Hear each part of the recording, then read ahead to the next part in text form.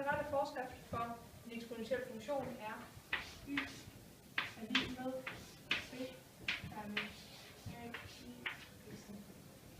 Det gælder, at b og a er konstanter, og b er vores begyndelsesværdi, altså i det her koordinatsystem.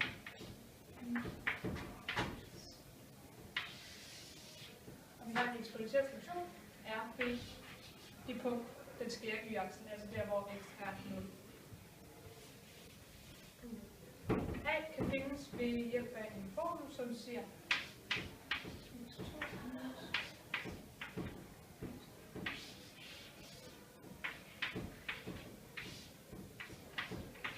så er det derude. Og det gælder, at A kan ikke være mindre end 0, og kan ikke være 1. Jeg skal snakke om fordoblingskonstanten. Man kan finde fordoblingskonstanten, når man har en voksende eksponentiel funktion. Og det vil egentlig sige, at den vokser med en fast procent per enhed på x-aksen. Så efter man går et x antal gange ud på x-aksen, så vil den være vokset med 100%. Det vil sige, at hvis jeg gør 1 ud her, så jeg har min første her, som er 1. Og så går jeg 1 længere ud, men der bliver den det dobbelte af den ene her. Så den, ja. Og her er den så 2 opad.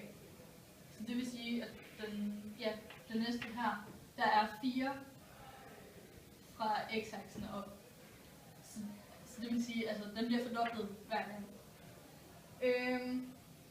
Og måden man egentlig finder fordoblingskonstanten på, det er ved hjælp af formlen T2. Det er betegnelsen for fordoblingskonstanten. T2 lige med logaritmen til 2 divideret med logaritmen til a. Og på den måde der finder man fordoblingskonstanten. Okay. Halveringskonstanten virker næsten ligesom en voksen eksponentiel funktion, bortset fra, at den så falder med en fast procent hernede af x-aksen. F.eks. hvis der er 8 her, falder den, og så vil den være 4 hernede. Så er det 2. Ikke? Og altså det er samme princip som med den voksne eksponentielle funktion. Og formen på den bliver beskrevet som t en halv.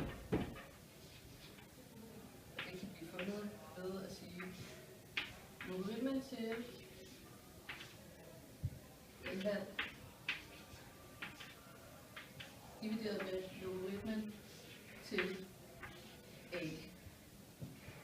Så har du